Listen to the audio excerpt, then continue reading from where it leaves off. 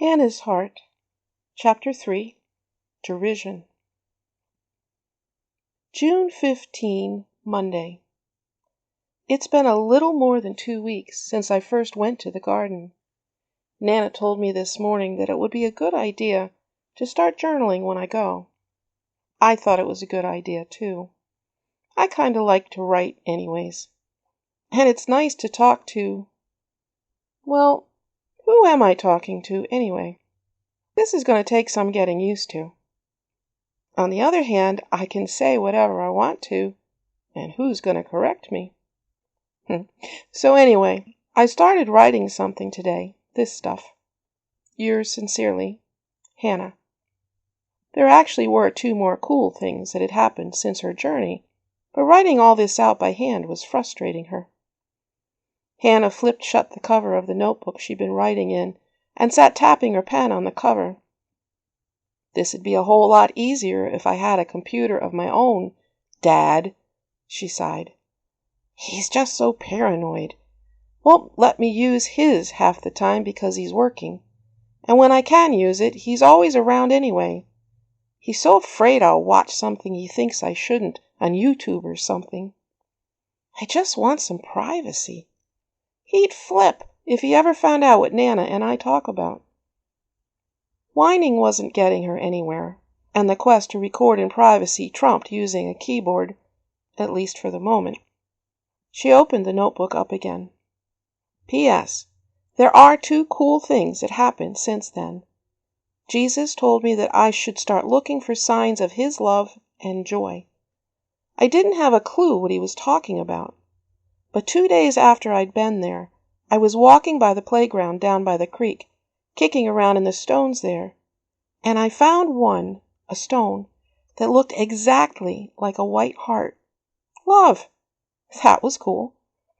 And then after church yesterday when we were at Nana's, you'll never believe what she gave me. It's like she knew. She told me she'd been cleaning out one of her china closet shelves. You should see all the stuff she has crammed in there. And she found something she wanted to give me. And then she handed me this little ceramic bluebird. How cool was that? Anyway, I guess that's all for now. Sincerely, Hannah Lee Grisandall James. Mike impatiently hung the phone back in its cradle after 4 rings. He didn't have time for this. Karen should have called these people.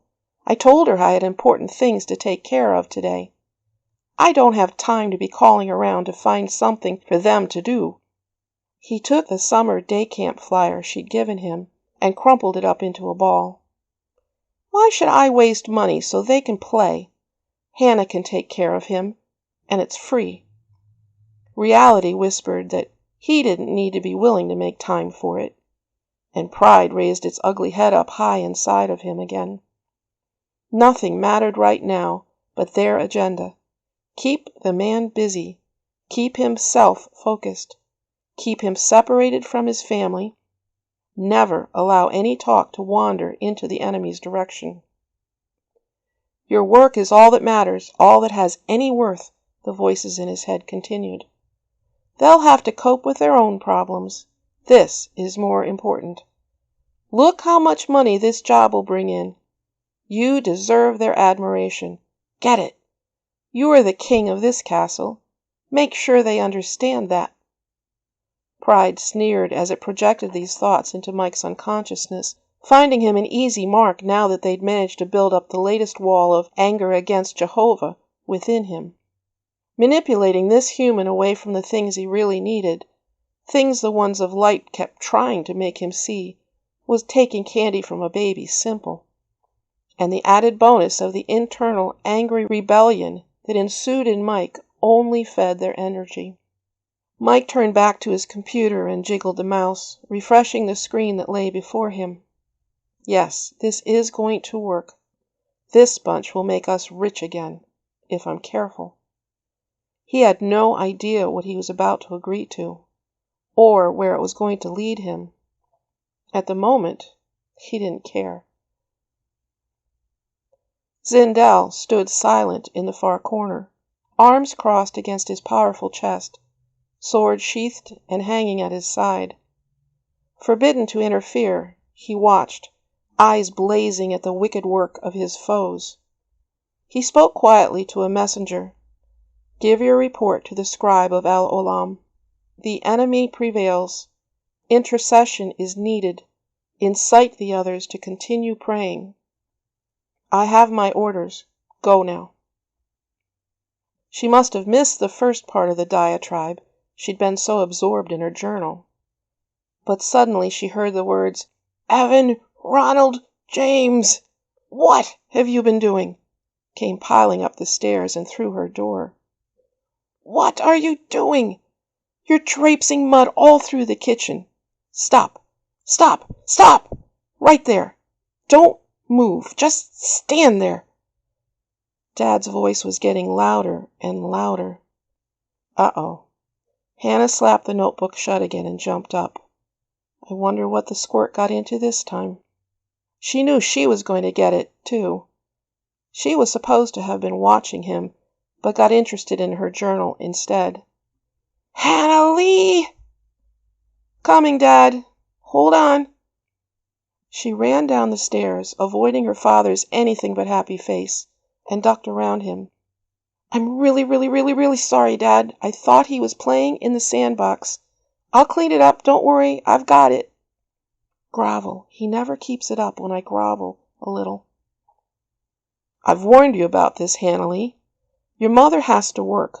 I have to work. Just because I'm home working doesn't mean I can jump up every 10 minutes and find out what kind of trouble your brother's getting into." He was following her back into the kitchen, building up steam with every step. "I've told you both. This goes for you too, Buster." He began poking one long, hard finger in Evan's scrawny chest. "If there is one more incident where I find you're in trouble, and you aren't around," Mike James swung his finger around to his daughter, "that's it." At the last second, the thought occurred to him that poking her in the chest wouldn't work. An even more surprising thought flickered through his mind. Good grief. Doggone it, she's just plain growing up too fast. He dropped his hand to his side, swung around and started back towards his office doorway. "And I don't want to see one speck of mud on that floor when you're finished." Slam! Hannah gave Evan the hairy eyeball for a moment, and then walked over to start the faucet. "Get the shoes off, the mop out, get the bucket. You get to mop. I'll get the mud out of your shoes," she ordered as she tested the water temperature with one hand. "Here, give me the bucket." She knew tears were streaming down the little boy's cheeks. Up to this point her voice had been anything but loving and kind. She wondered what Jesus would think of her now. A pang went through her heart like a knife, but she was too angry at her father's temper tantrum to care yet. Evan, shoes still on, walked over to the broom closet, grabbed the mop and bucket, and began walking back to his sister. "No, don't." She closed her eyes at the now bigger mess. "Oh, never mind. Love is patient, love is kind, love will always help you mind." The birds' twittery voices began singing in her mind. Hannah stopped what she was doing at the sink and turned around to face him. "Hey," her voice softened. "I've got a better idea." She never could watch him cry. He picked his eyes up to meet hers for the first time. "You take your shoes and lay them on the back steps in the sun. That mud will need to dry off for a while. I'll mop the floor. Just sit there on the stoop until I can get done. And don't go anywhere." She dabbed at his eyes with a napkin and handed it to him. "Blow. And put it in the garbage on the way out," she called after his retreating back. It took a good half hour to finish cleaning up the mess to what she knew would be Dad's expectations. She returned the mop to the closet and walked out the kitchen door to dump the dirty water. Evan had obeyed. He sat there on the bottom step, tracing a pattern in the dirt with a long, thin stick. She took his shoes and walked out to the lawn, clapped them together a good few times and handed them back. What do you say we get permission to go to the schoolyard and swing a while?" Her little brother's grateful expression said it all. "Okay. Let me go tell Dad where we're going. Put your shoes on while you're waiting." Mike stood with his back to his office door, frowning. He had listened all the while Hannah busily cleaned up her brother's mess, trying to cool back down. They didn't deserve this kind of treatment, but he couldn't seem to control his temper anymore. Feeling guilty, he had answered her timid knock on his door once Hannah was finished, and in an attempt to make it up to her, had told her what a good job she'd done, and given the children permission to go to the playground. Michael James had never felt so lost, so burdened, so defeated in his life as he did now, living in what he termed a cracker-box house in a deplorable town.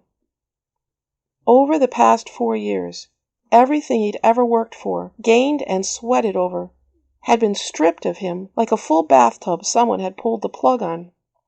It was easy to blame God. So he did. Even though it started long before, Mike pinpointed his third son's birth as the beginning. After the flurry of Keith's arrival, diagnosis, and initial stay in the hospital, the baby had bounced in and out of intensive care non-stop. He had stabilized several times, and they had attempted some corrective surgeries, but those would only prove to land him back in the ICU. Finally, the decision had been made to fly him to the huge children's hospital in Philadelphia, Pennsylvania. Mike and Karen had holed up in a Ronald McDonald's house with no privacy, no space, nowhere to get away. Mike hated being trapped in the city, unable to enjoy and explore, trapped in a hospital room, pacing while his wife wandered further and further away from them all in her mind. His mother-in-law's house was a 2-hour drive north from there. Putting the children with her got them out of his hair and shortening temper, and kept them from seeing their mother's non-stop tears. It was the best he could think of, the best he could do. He'd try to keep his business going through the phone, but a man just can't do it all that way, not without a computer handy, not without space to work. Karen wouldn't let him leave her side, and he'd feared she was on the verge of a mental breakdown. The kids were kids, but she was his heart, his life. So he'd watched his life go slowly down the drain, in spite of his posturings, pleadings, and promises to the God he'd settled into a nice, solid box years ago. One horrible, cold February day, the news had come. Baby Keith had lost the battle and passed away. By this time, Mike had lost his job, their savings, and eventually, their home. They'd had no recourse. Ever the fighter, Mike had started his own IT business, but they had been forced to move. There had been strained feelings between him and his Tennessee family for years, and he wanted to escape. So they moved the children out of a bustling, highly academic school district near Nashville to a one-school-fits-all Pennsylvania village with a population of only 1,029 citizens. Briningsburg. The very sound of the name made Mike scoff in derision. The dump, as Mike thought of it, they now lived in was barely half the size of their Tennessee home, and 3 times as old. But it was only 2 blocks away from Nana's. The bungalow had belonged to Nana's best friend, former owner of the local Brunt's bake shop. Mrs. Brunt had passed away, and her children were more than pleased to sell the home to the James family for a song, as they were the first buyers to even look at it in over a year. Mike was sure he knew every reason why. Their mother ought to be here doing these things, he muttered to himself. For the 10,000th time he glared up at the ceiling. If you were there, you wouldn't have let all this happen. We'd still be in our home, happy. Plenty of money so Karen could be home with a baby and her children. All she ever wanted was to be a mother. All! And you even took most of that away. His eyes fell on the family portrait they'd had done before the baby had been born. Happy smiles wreathed their faces as they cuddled together in front of a gaily decorated Christmas tree. Karen had been 6 months pregnant. 6 long months filled with endless doctor visits and tests. Hope was on their lips, but the shadows in Karen's eyes burned out at him. The 2 previous miscarriages had defeated her, robbed her soul of life. She'd been barely hanging on to the hope of a new baby when that picture was taken. For the church directory, of all things. But then you're not there, are you? At least not for me. Not for us. Not for us! Unbeknownst to him, the dark shadow that encircled his heart grew just a little darker, deeper, as though whatever was there somehow increased. Bitterly, he flung himself away from the door and strode to his desk, knocking the receiver from the phone. It clattered along the desktop, slid off, and lay hanging by its curlicue cord, a vacant dial tone obnoxiously filling the air. His frustration over the failed call turned on his wife. Is that all she thinks they should do? Play? What they need is more chores around here. Hannah's old enough to be mowing the lawn. Evan's old enough to, well, do something. Yesterday's mail lay unopened on the corner of his desk. Bills, bills, bills and more bills. His mood turning thunderous, he flipped through the envelopes. What's this now? The colorful brochure of a church flyer lay tucked in the middle of the mail. It was announcing the soon coming of the summer vacation Bible school week from First Church in town, the church Nana Ann took the children to. The day it had been announced, the children had pleaded with him to let them attend, but he hadn't answered them yet. He wasn't ready to give in, yet. Is this supposed to be some kind of a hint, Karen? Or did your mother stop by to annoy me? Nana Ann. Oh, she had been a picture when they had moved here. He could still see her at the door that one Saturday, like a little banty hen standing there in all her 4'10", head held high and bright blue eyes piercing into his. She had come into the living room, sat down with them, and after a few pleasantries, quietly demanded that she be allowed to have the children on Sundays for their own good. This community is small and tight, Michael. You've known this from the day you started dating Karen 15 years ago. I know you're angry with God. I know you won't listen to what I'm saying either. But the children will need to be accepted into the community, the school, with the other children. And if you forbid them to be part of the only community gathering place we have, they will be shunned by the children and the parents. Trust me in this. I've lived here all my life. My family has been here since the 1700s. At this point, she had turned to plead with her daughter. Karen, you know what I'm saying is true. Yes, it's a backwoods, clique-driven village, but it is what I say. Karen had stood up for her, with her, in spite of his protests, and eventually he'd conceded that what they were saying was true. It was hard to believe that such a place still existed in this modern time, but the families that populated this village had lived here for over 200 years, passing down farms and homes and properties from parent to child all that time. The Jameses had been accepted warmly into the community because of Anne and Karen, a daughter come home, and even because they remembered Mike from years ago. But he was beginning to feel a distance brewing between the people and himself. He knew that, too. And all because he wasn't there at the church steps bright and early Sunday mornings. He'd used the excuse of his work up until now, getting settled into the computer business, nationwide phone meetings, and time zone differences. But it was growing very, very thin. He realized that. And as angry as he was with the church and God as a whole, he couldn't fight the whole community. Bitterly, he crumpled the paper up in his hand and tossed it toward the wastebasket. It missed. He stood and stared at it for a while. There's my life, he thought. Nothing but a wadded-up has-been tossed at the trash. And I even missed that. He bent to retrieve the paper and toss it where it belonged. No, he swore to himself. I will not fall back into the lies from those people. 2 strides took him to his office chair, and he fell into it, hard. Not in Tennessee, and certainly not here. Lies. All of it lies. About prayer, about healing, about how much he cares for you. And where did it all get us?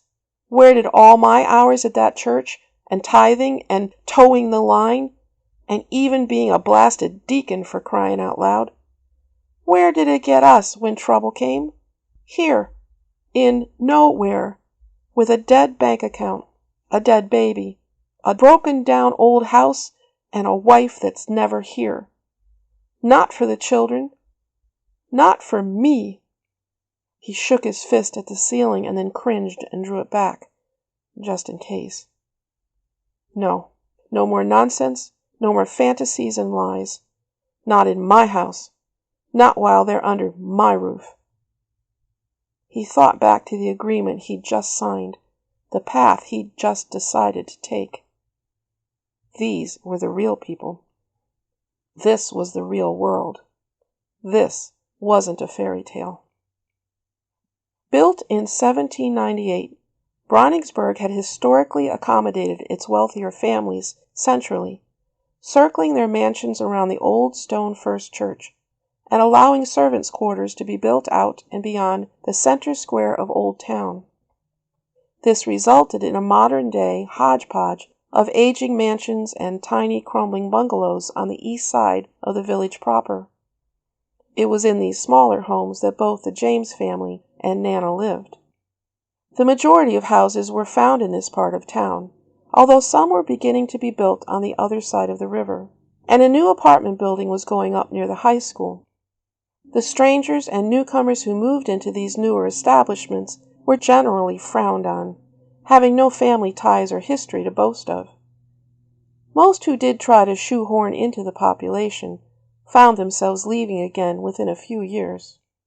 The village district boasted a total of 4 streets running north-south through the center, and another 3 streets running east-west.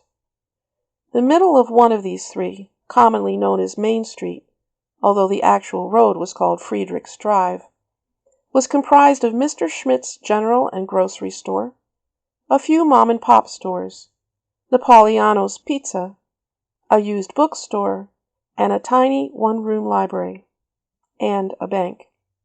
The opposite side of the street had a realtor's office, Spinky's Bar and Pub with rooms to rent on the upper floor, a newspaper office, and the quality thrift store that spread out the entire rest of the block.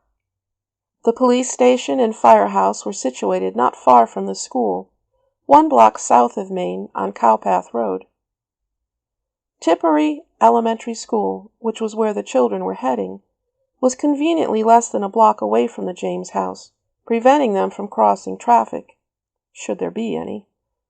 Its playground wasn't much, but it was somewhere, anywhere, outside of Mike's direct sphere of influence. Why is Daddy so angry all the time, Hannah? Evan dragged the toes of his shoes, each in turn, as they walked along the sidewalk, making a really cool sound. She didn't have the heart to bring up the damage it was doing to them. He'd already had a rough day. I think he's still sad, Squirt. Sad about what, Hannah? She ticked the reasons off on her fingers, at least the ones she figured out. The move, the money, the house, the village, the car, his job, Mom's job, the bills. Lots about the bills.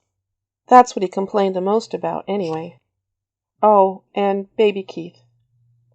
The dragging sound had been replaced by the tap, tap, tap of a stick he'd picked up along the curb. Do you think he'll ever be happy again, Hannah? I don't know, Squirt. He doesn't like me anymore. This last came out with a trembly voice again. Does he like you? He likes you, Evan. He just has a hard time keeping his temper these days." She turned to him and knelt down eye to eye. "He loves you, Squirt. Don't you ever forget that." "Now, if I can only convince myself." "Did you ever get to see baby Keith, Hannah?" "Once." "How come only once? Didn't you like him?" "Yes, I liked him. I just didn't get to go back." She reached over and scrubbed his head with her knuckles, smiling at him. Well, grimacing, anyway. "I had to take care of you, didn't I?" Tears started to spring up, and she stood up, fiercely chasing them away. Oh, yes, she remembered that one visit to Keith. It had been a long ride, and then a scary drive down the Schuylkill Expressway. Hannah wasn't sure that's what Nana called it, but that's what Daddy did.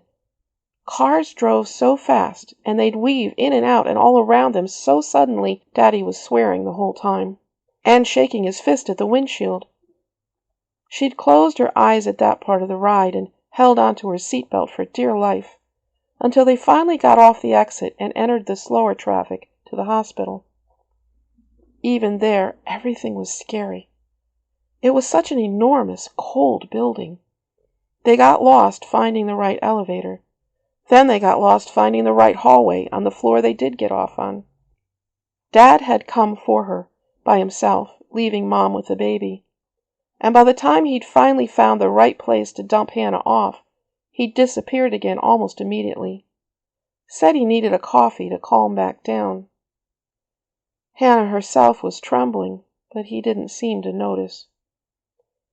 The room was filled with nurses frowning at her, holding a finger to their lips to make sure she stayed quiet. One finally smiled and took her hand, leading her over to where Mom was sitting quietly beside a clear-sided bassinet. She had never seen her mother look like this before. Her face was gaunt and white. Her eyes had dark circles under them and were all red. When she stood up to greet her daughter, her clothes hung on her, and she almost looked like the bag ladies that used to beg for money on the street corners in Tennessee. Karen had smiled a little at Hannah and given her a weak hug, but her mother's voice seemed so far away, like she was speaking from somewhere else. It only added to Hannah's fear. When she took a peek into the bassinet, she'd almost cried out. There were tubes and wires attached to the baby everywhere, hooked up to beeping and blinking lights on strange-looking machines. He was the tiniest thing she'd ever seen, looking more like a baby monkey than the chubby infants Mom used to play with her at her daycare job in Jackson. The nurses had only allowed her to stay with Mom for 15 minutes. Dad paced the waiting room in front of her after that, never really talking to her. Just dumb stuff. Questions he didn't want answers to. And his phone kept ringing, so most of the time he wasn't talking to her anyway. He'd gotten really mad when she'd begged to go home after only an hour or so.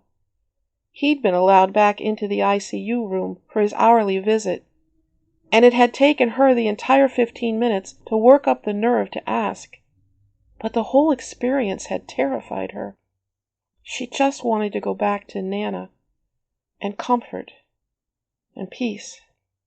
Who were these two people who said they were her parents? She didn't know them, not anymore. They were nothing like they used to be. These were strangers who talked differently, acted differently, treated her differently. She'd cried all the way back home. Dad had stopped again in front of Nana's house and yelled at her to get out, then driven off again. Mike and Karen had stopped talking to their children on the phone after that, too.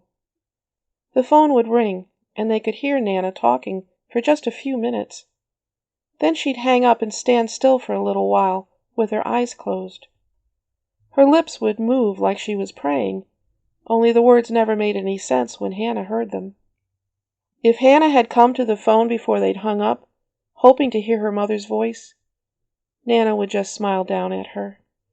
She'd hold her until she was finished and then give her a big hug, always telling her how much her mother and father loved them. Really, really they did. Race you to the playground, Hannah suddenly shouted, taking off at a run.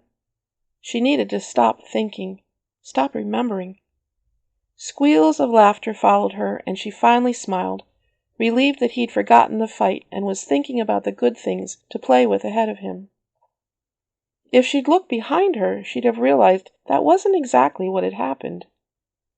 20 feet behind her now, Evan stood holding both hands to his mouth, so Hannah wouldn't turn around. Giggling more quietly, he waved at the little boy peering out at him from the middle of a bush across the street. The boy stepped back, waved back with a huge grin, looked up at the tall white figure towering next to him for a moment. Then they both stepped back into where they'd come from. Smiling in delight at the secret sighting, Evan prayed happily, "Thank you, Jesus. Oh, I forgot to tell Keith I love him. Would you tell him for me, please?" A second thought came. "And tell Sophie and Isaac too, okay?" He took off at a dead run after his sister, holding a special secret in his heart from the Lord. Maybe tomorrow she'd find out too. Well, maybe the next time she talked to him, anyway. This has been the end of the 3rd chapter of Hannah's Heart. You can find a free PDF download of this book at our website, heartdwellers.org. Or you can purchase a softcover book at Amazon.com or a Kindle version there as well. It is my prayer that Hannah's story will bless you, amuse you, convict you, and draw your heart ever so close to the kind and gentle heart of our Jesus. He is waiting for you to come into your own garden and meet with him there too.